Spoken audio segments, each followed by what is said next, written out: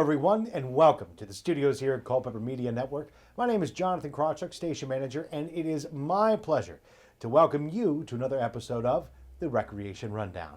We have a great episode in store for you, and to start things off, I would welcome none other than Programs and Facilities Supervisor or Director, Ms. Tabitha Riley. Tabitha, what a pleasure to see you again. Good to see you. Just a supervisor. I don't need to be the director. Can you, Andrew said that maybe Nope. You're pretty adamant about that. I like where I'm at.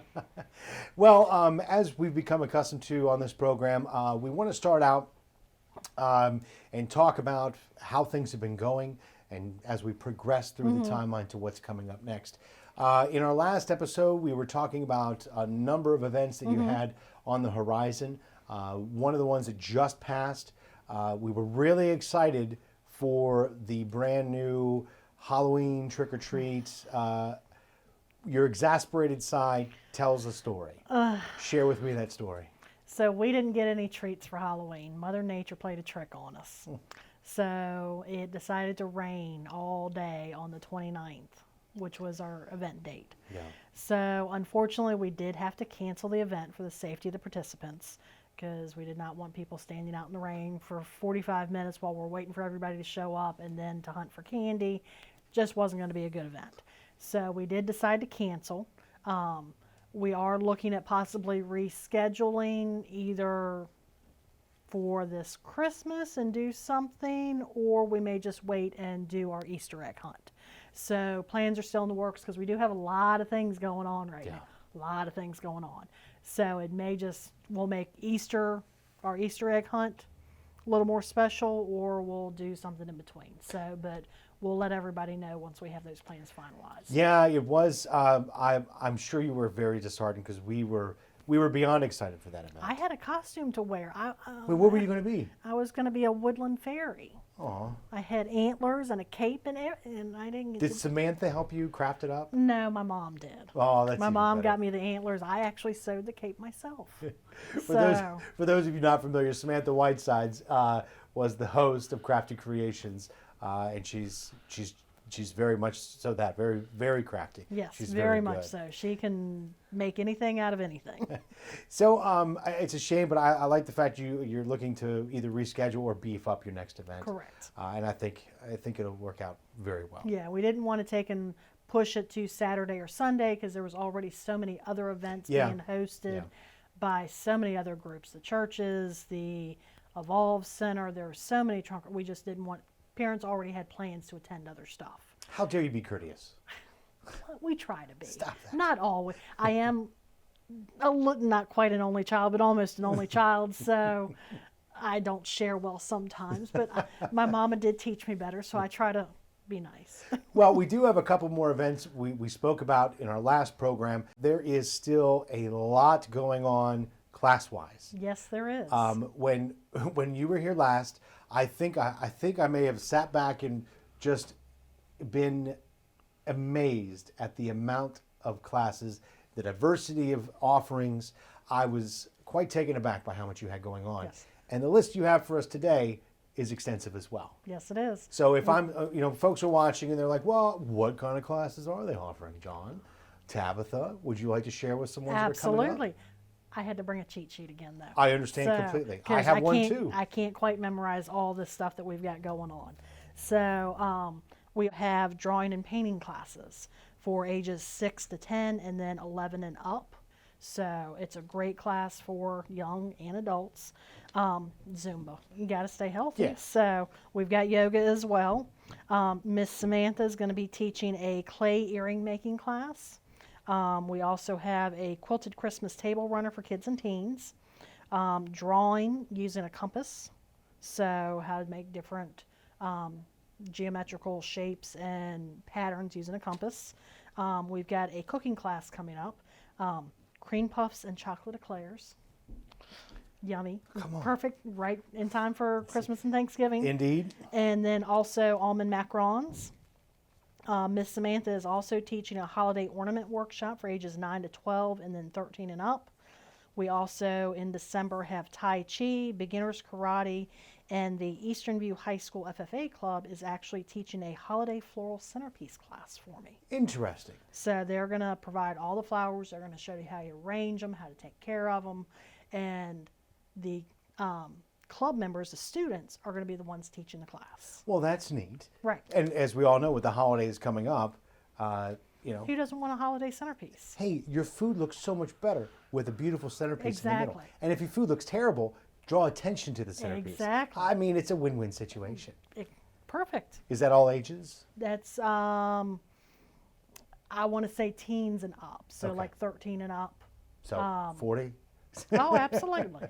When it's up, it's from as long as you're still kicking and breathing. Understood. You can come to the class. So again, if we want the complete listing of these classes and the availability to register for them or to get additional information, we primarily want to point folks in the direction of culpeperrecreation.com. Correct. Once you go to culpeperrecreation.com, if you're on a desktop computer device, about in the middle of the page is going to be an icon that says activities. Click on that. That'll take you to our complete listing. If you're on a mobile device, you're going to have to scroll down until you see the icon for activities. Okay. And if I need more information, I can always call the office at 727-3412. There's a magic number to speak with you, and that's? Number 5. Extension number 5. All right. So we, again, still more coming up. You have a large presence in the Culpeper Quarterly. Correct. And that's coming up sometime soon? So the winter issue of the Culpeper Quarterly will be in mailboxes on January 7th. So I've got the current winter schedule planned. I am working on spring classes right now because I have to have those ready to go to print here, unfortunately, in like 2 or 3 weeks. And then I'm also planning and scheduling some summer camps already. So I am working all the way through next July right now. Yeah, you've mentioned before that what happens now is way in the past, and what's happening 6 months from now is what you're working on right now. Correct. Yeah. Well, So, the Culpeper Quarterly is going to have a listing of all your activities, So things the to sign Culpeper up. Quarterly is a publication that for those that don't know or just moved here, it's a publication the Board of Supervisors puts out 4 times a year. So winter, spring, summer, fall. Winter issue goes out January. And it is supposed to be mailed to every mailbox and post office box in the town and county of Culpeper. Okay. If people do not receive it, please let us know because we are paying to have it sent to your mailbox. Wink, wink, nudge, nudge. Please let us know. Exactly. So either your address isn't on our list or the postal carrier may have accidentally misgiven it to you or whatever the case may be. We want to make sure you get it because there's a lot of good information. Granted, I'm biased. Parks and Rec is the best, but there's also the Culpeper Libraries in there. Culpeper 4-H and Extension Office has information in there. Kids Central has. There's a lot of good information in there. There is. So And a key thing you said is if you are fairly new to the area, you It's may a not have great seen the latest resource. quarterly. It is Yes. fantastic. It is a great place to start learning more about your community. And our section is a pull-out guide, so you can keep our section. Our section is a live here, play here recreation guide. Lots of activities. Like I said, winter schedule is planned. There are some classes that did not make print because I had some instructors that weren't sure of their availability. So I've got their stuff now, but it's not going to be in print. So yes, the guide itself is fabulous, but always follow up and double check our website because there's going to be some other classes. 99% of the time, there's classes that don't make print that will be online only. Oh, so okay. it's definitely a good idea. Okay, this is what's in the print. What else do they have? Because there's always something else. Well, you know, I'm sitting here and we're talking about the upcoming courses. You mentioned earlier about planning for the spring and summer right now. And with the amount and diversity of offerings that Culpeper County Parks and Rec provides, I'm just curious, and please don't take this the wrong way. If there's something that's not on the list, like let's say I want to learn, and I know you've done it before, but it's not on this particular list. If I wanted to do origami, or I'm interested in learning origami, I mean, can I ask? Absolutely. Wait, really? I am only one person. I can only come up with so many ideas. Yes, I've got a great brain, but I can only come up with so many ideas. I rely heavily on everybody else. So please send me your ideas. If you used to live in Illinois or in California and that Parks and Rec department did underwater basket weaving. That's my go-to fake program. Wait, that's fake? There, you probably really could do it, but you'd have to have a scuba license, so you'd have to do a scuba class first, and then take a basket weaving class, and then combine the two. So I like that. Sorry. I like how you're like, well, John, here's how you would do it. anything's possible. So Give me enough time to plan, and we can get it done. So if I had a suggestion, I would just give you a call. Or, Shoot me an email, give me a call. I'm always looking for ideas. well, what if I'm a scuba instructor? Please, definitely call me then, because I would like to employ you. But really, if I'm assuming you're also looking for folks. Absolutely, yes. I'm always looking for people to teach. So whether you've got your retired teacher, you're a retired cartographer, you like drawing maps, and you want to teach that and share it with people, by all means, you can either volunteer. We love our volunteers. Volunteers are fabulous.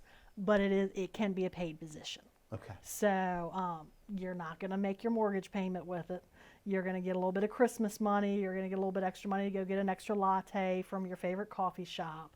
You're not going to make a lot of money teaching for Parks and Rec, but it gives you a little bit of, gets you out, gets you socializing. You're sharing your knowledge and experience with other people, and you get to see their joy and their passion in getting that knowledge. Yeah, it's amazing. We've been talking about passion, and obviously you have it. Culpeper Parks and Recreation has it, and it's becoming more and more evident of the individuals that work with you and you work with. That passion comes through, and being able to pass that along to somebody else is a unique opportunity. And if anybody was ever interested in teaching a class or an introduction clinic on filmmaking, or how to do videos or anything like that, I'd definitely be interested. I'll keep my ear to the ground. How about that? Well, Tabitha, we have a lot more to get to in this episode. It's not that I don't love you, but we have. No, you've got a lot more. We have so much coming up. In fact, there is a particularly large announcement. Oh yes. That I know that Andrew Hardy is excited to share. Which is why I need more instructors. Because I need people to put in that announcement. Did you just tease that Yes, for the remainder of the program? Yes, I did. All right. Well, again, Tabitha, I really appreciate you coming in and sharing your information with us. Again, if you folks want to rock out, if folks want to contact you, culpeperrecreation.com. Search on Facebook, Culpeper County Parks and Rec. And they can always give you a call at 727-3412, extension 5. All right. Well, folks, there's still a lot more to come on this episode of the Recreation Rundown. Don't go anywhere. We'll be right back. We are joined now by Charlie Tupitza, who is a board member and co-founder of the Spilman Disc Golf Club.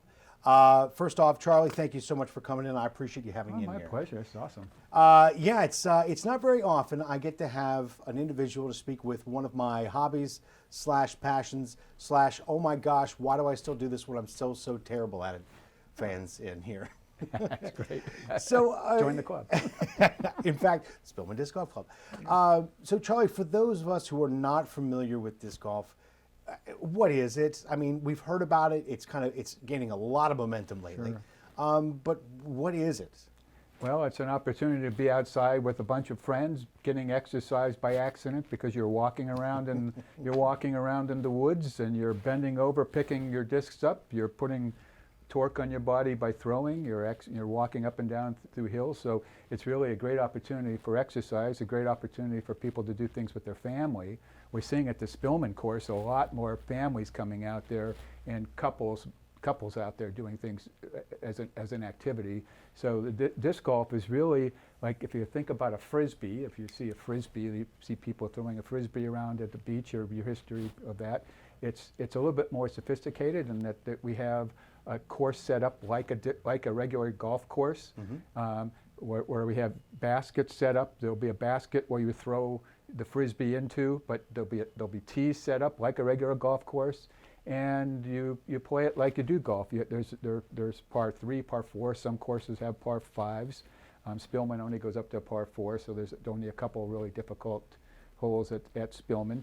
And you're throwing different discs to get to the point. So typically you'll have a a shot where you throw off the tee your first shot, then you'll have a shot somewhere in the middle of the course where you've landed, so you have an approach shot just like you would at golf. And then once you get close to the basket, you shift your disc type to a putter. Yeah. And then you try to putt that thing in and try to get under par. So, yeah. A lot of similarities with golf. Very similar. And one of the things that I personally love, as you mentioned, it's basically golf has been spoken about numerous times as a good walk spoiled. Yeah. Disc golf is the complete opposite of that. Yep. It is a chance, as you mentioned, opportunity to hang out with friends and have a good time.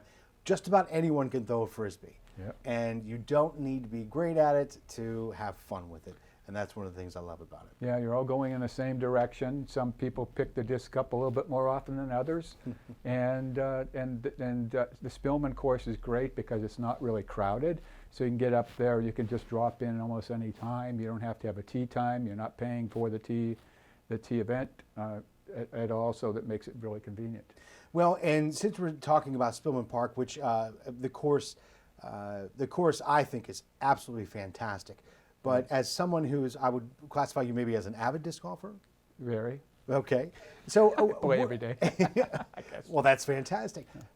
What makes Spilman Disc Golf Course as special as it is? Well, because you would have far more experience with that than I would. I could describe it, but well, it was designed very well. The person that designed the course, John Briscoe, designs the course well so that there's a combination of long throws, disc throws that you have to go to the right, throws you have to go to the left, just like a regular course. They're designed to force you into different circumstances, and the county does a fantastic job maintaining it. I mean, I think of all the courses that I go to, and I travel around to a lot of courses, that course and their course that they have actually in Orange County are both mowed on a weekly basis, which makes it so much more pleasurable when you're playing, because you're not looking for your discs, right? in the fairway. And we have our group spends a significant amount of time in looking at the way the out of bounds, so that we have an activity in a couple weeks to go and do some cleanup out there, so that it makes it easier if you do go out of bounds to find your disc and play. So there's just a regular group of people playing out there that are looking out at the course. So, but it's kind of like the same design aspects of a regular disc golf course. You want to have different shapes so that a left-handed person doesn't have a benefit over a right-handed person. It's just kind of neutral. Although most courses are right-handed oriented. But yeah. Well, and one of the, there are so many questions I want to ask you, because obviously I have played. Again, I'm terrible at it, but I love it so very much. Another thing I like about disc golf is I currently have three. I have my distance, I have my mid-range, and I have my putter. Yeah. And it was the perfect opportunity for a low-cost entry, and I think that's a great appeal to it for first-timers. it is. And I think what's also great is the opportunity that Spilman Disc Golf Club has of saying, hey, new members, or even if you're interested, come join the club and learn more about not only the club, but disc golf in general. So do me a favor, tell us a little bit about the Disc Golf Club itself and how I can become a member. Sure. So there's two places to get information about the club. There's Spilman DGC, or discgolfclub.org. It's a website that we have posted up, and that is really more of an educational thing. It's not like every day we have information on there. So you can go there and see videos. So I've gone out, I continuously go through different videos of training that I see online, and I snip out the beginning where people are just yabbering and just get to the educational part to it. So it's a great place for a resource to just get up there and see those videos so you can understand the techniques. I'm a real technique person. Okay. I've been I have world records in swimming, and so I've coached swimming. I've coached many different levels of swimming, and it's really about technique. So that you got a bunch of people going up there just throwing as hard as they can. You'll see the people that are really good, they just look really smooth. Just like in golf, the people that really look like they're trying hard, it's the people that just sweep through really quickly, right? And then there's a Facebook page as well. So we have regular meetups that we do there, and there's other groups as well. As actually, my church has a men's small group that we meet weekly, and we play at different courses, and Spilman is one of the courses that we play on. There's other groups that meet out there as well. So finding out information about disc golf, just the techniques, go to the spilmandgc.org. If you want to find out about activities, where we're doing meetups there, then the Facebook page. We are helping with a tournament that's happening in December. At this point, anytime you create it seems like anytime you create an event for disc golf now, it takes about 2 days or even 1 day, they get filled up. It's just so popular. Yeah. It's so popular. So I know that there's no opportunity to be in that particular event, but if you go to the website and fill in the form that we have and just ask what you want, like what are you looking for, we'll respond to you and engage with you and get you help, get you hooked up with other people to play different times during the week. I'm playing tonight with a number of people, so we play often. Well, I love the fact that we've kind of touched on the fact of the ease of accessibility to get in there. And I think another thing, with the the meteoric rise of the popularity of disc golf over the past, say, year or so. Spilman Disc Golf, the course at Spilman is a beautiful course. The one that I first was introduced to. And then now we have the one at Rockwater Park. And you mentioned the one in Orange County is great. It seems as though just fairly recently these courses have begun to pop up. And I think the availability to try a different set of courses in an immediate area That's great. is definitely helping the popularity. Oh, it helps here an locally. awful lot, absolutely, because we not that we get too bored, but we do like to have change. I'm working with the county now to put longer tees in at Spilman. So like for the sixth hole, or for the second hole, I believe it's 200 feet now. We're going to make it a second tee of about 450 to 500 feet long to make it more challenging to people.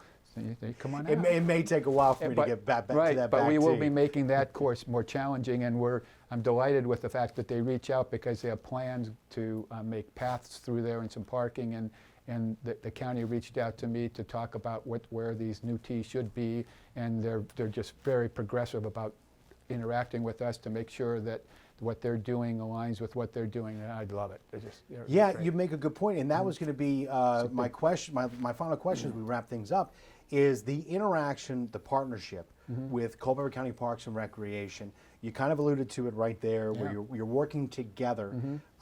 Is there maybe something else you want to mention regarding that partnership? Because obviously, in that singular statement that you just had, is pretty much the answer, but there's more to it. Well, if you go to the course, you'll see that it is a beautiful course, very well lined out, and it's maintained well. They mow it every week. And anytime that we want to make some suggestions to them, they get right on it with different fixing up tees. If something needs to be done, they get right on it. And this whole idea of us really coordinating the efforts to expand the park for other people's use to make sure that we're not getting in each other's ways, that's really critical. I really love the fact that they're reaching out to us and doing that, and we're going to see some really neat things happening out there soon. So more things to make it more challenging. So you'll come out with maybe 5 discs instead of 3. 100% chance. 100% chance. Well, Charlie, I appreciate that. I appreciate what Spilman Disc Golf Club is trying to do. Again, Facebook, Spilman Disc Golf Club, or spilmandgc.org for more information on the website. I hope to see you out on the course. But more importantly, I thank you for coming in today. My pleasure. Thank you. Thank you for sharing your passion with us. That's awesome. Welcome back, ladies and gentlemen, to this episode of the Recreation Rundown. We are joined by another special guest. Can we please welcome Larry Ramsey to the set? Hey. Larry, how are you, sir? I'm doing well. How are you? I'm doing all right. Great. Doing all right. Thanks for coming in today. Sure. Now, one of the things that we're going to talk about today, there's a sport that I think people are aware of. It's called lacrosse. Right? Some people. You have some interest in lacrosse in the Culpeper area, correct? I do. All right. So, and you are, actually, I didn't ask you your title. Are you the president? I'm the Culpeper? president of Culpeper Lacrosse Association. Fantastic. So do me a favor, Culpeper Lacrosse Association. Correct. Tell us a little bit about the organization, how you guys get started, and what's your main mission? So our mission is just to bring the sport of lacrosse to Culpeper and have the youth of our county have an opportunity to come out and play if they're interested. And if they're not interested, maybe come out and learn about it and gain some interest about the sport. The league has been in existence for approximately 15 years. I was not here then.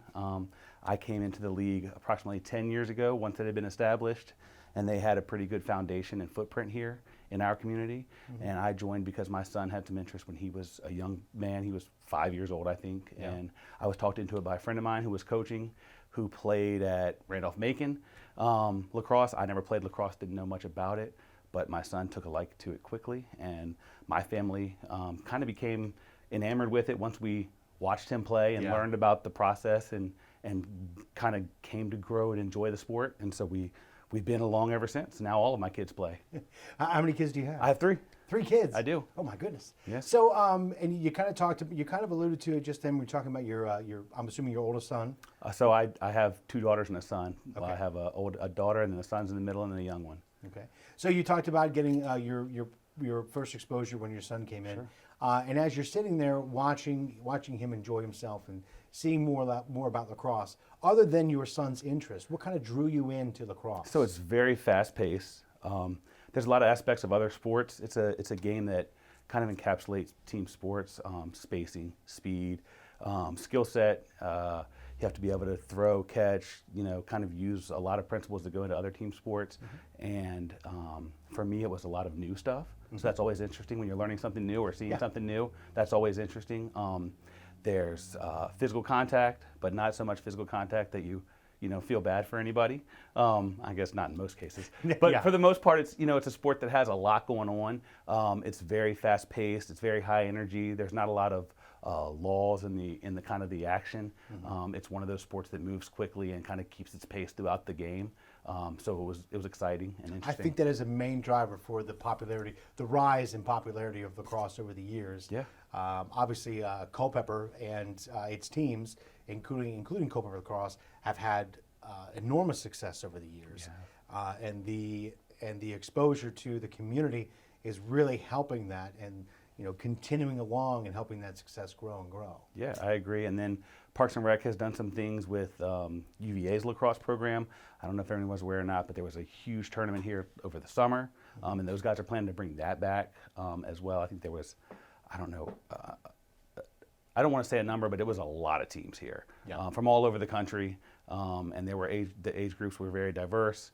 And it was put on by UVA, which is awesome, in collaboration with Parks and Rec here in Culpeper, and that's a huge thing, and it gives some exposure to the sport and lets other people get kind of, inoculated into that environment and see what's going on. Now, as we're filming this, here we are in the beginning of November. Obviously, I wouldn't say it's really lacrosse season unless it's indoors. Right. So if folks are interested, I know that you mentioned working with Culpeper Parks and Recreation. I'm sure there's more on the horizon with the partnership with Culpeper County Parks and Recreation. But when the time comes, if I want to expose myself, or maybe my daughter is interested in lacrosse, or maybe a nephew or whomever, Sure. Where do I go? What do I do? When do signups start? When should I be looking on the lookout for lacrosse? So lacrosse is a spring sport. Okay. We play typically starting in February, and we run all the way through about the end of the summer, usually until June. Our signups typically start occurring after Christmas. Around the first of the year, we start registration. Those registrations can be found in person, and we distribute all that information via our website, which is culpeperlax.com. We have a Facebook page, we have a Twitter account. Those things are also under Culpeper Lax or Culpeper Lacrosse Association. Okay. We always try to advertise through Parks and Rec as well as our own site when we're doing in-person registration. In the past, we've done it at the library, at Dick's, at Buffalo Wild Wings, at just places in the community where we can get in front of people and they can fill them out by paper. There's also online registration forms. And again, all of those things happen typically right around, after the Christmas break, we kind of ramp up our registrations. So, I mean, this is the perfect opportunity to let folks aware of what's coming down the pipeline. Absolutely. And if you're going to get your son or daughter a lacrosse stick for Christmas, opportunity to use it coming in the spring. Absolutely. And if anyone has any questions about that kind of stuff, even if they're not a part of our league or they have never registered or played lacrosse before, email, go to the website. My name is Larry Ramsey. Again, you find me, send me an email, send me a message. I'd be happy to kind of give you some direction on what we're going to be looking for, what you can do to get started now, kind of the way we work, any of the stuff that you may need to kind of prepare yourself. If that's something you're interested in, we could help you along the way as well. Well, when we're looking at registration and we're looking at the teams, what are the age ranges?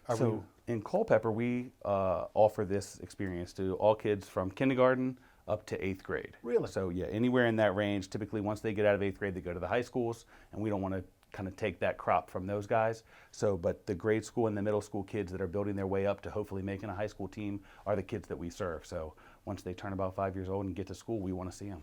Okay, so I can go ahead, pink lacrosse stick. That's right. That's- You got it. That's what I need. All right, so again, you mentioned the social media aspects of how to reach out to you. I don't know if you want folks to contact you directly, because there have been known, whether they're at the grocery store, at the library, like, hey, I saw you on TV about lacrosse. Listen. Hey, I'm sure. I love lacrosse. You can talk about lacrosse. I coach basketball as well. Talk to me about basketball. I don't care. If it's about youth sports, I'm willing to talk about it at the grocery store, on the street, whatever. It sounds good to me. Well, I think people can obviously see the passion with which you carry yourself.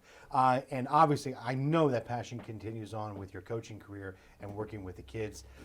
With Culpeper Lacrosse, over the years, you obviously have worked with so many kids. Yeah.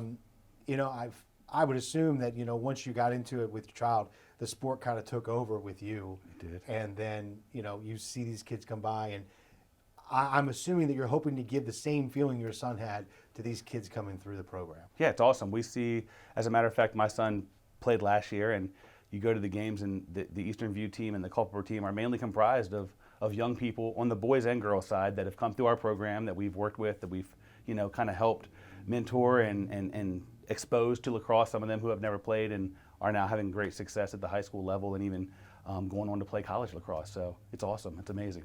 It's wonderful. It's, you know, it's great to start them. It's great to start them young, not only to get skill in the sport, but also better involvement in the community. Sure. And as you know, and I'm aware, sports teaches you so much more than to be active. Certainly, it's amazing. It helps you with learning how to fail and get back up and keep trying, overcoming rejection and obstacles. You know, it's built-in friends too. My kids talk about it all the time. You know, when you start playing sports at a young age, you have a built-in friend group. Yeah. And some of these things that are hard for kids to do and go out and express themselves is pretty easy with a group of people who you've been with every day for the last, 3 months and have gone through some hardships with. So youth sports is an amazing thing, and it's awesome. It really leads to success for these guys as they get older. I wholeheartely agree with you. Yeah. So as it stands right now, we have some time to check out culpeperlax.com. You got it. Find you on Facebook, Yes. find you on Twitter as well. Absolutely. And see if it's a right fit. I mean, obviously we can ask questions and get in contact with you. Registration is coming up at the beginning of next year, so we have some time to figure out exactly what we need, how it's going got to it. happen, and learn more about the program. Absolutely. And we put a banner above Main Street with our registration information. We try to do as much as we can.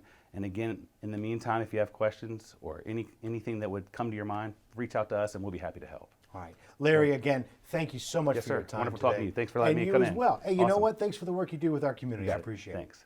Still more to come on this episode of the Recreation Rundown. Well, ladies and gentlemen, as we wind down this episode of the Recreation Rundown, we welcome back a familiar face in the form of this gentleman sitting to my right, none other than the Director of Parks and Recreation. Young man, how are you? Doing good. How you doing today, Johnny? I'm doing all right.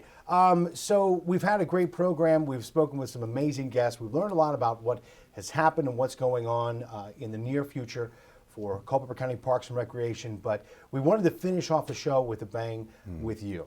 Now, as we filmed this, you just had a monumental day in front of the Board of Supervisors. Do me a favor and share with us what happened this morning. I mean, monumental is probably an understatement. More illuminating is the proper terminology for it.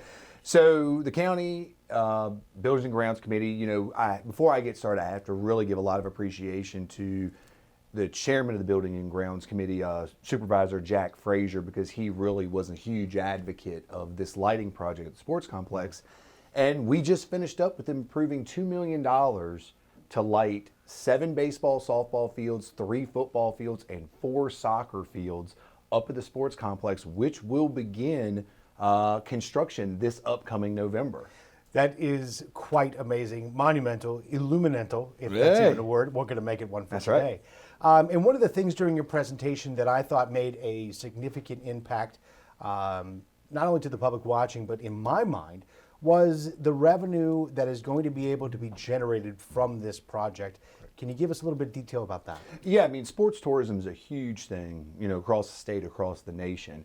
And right now, with no lights at the complex, we're kind of restricted to when teams can come in and play.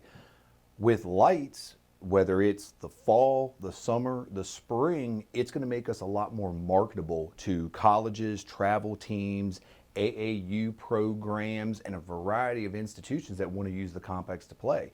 With these teams, when they come, they're bringing dollars with them, whether they're staying in hotels, eating at restaurants, shopping at our stores.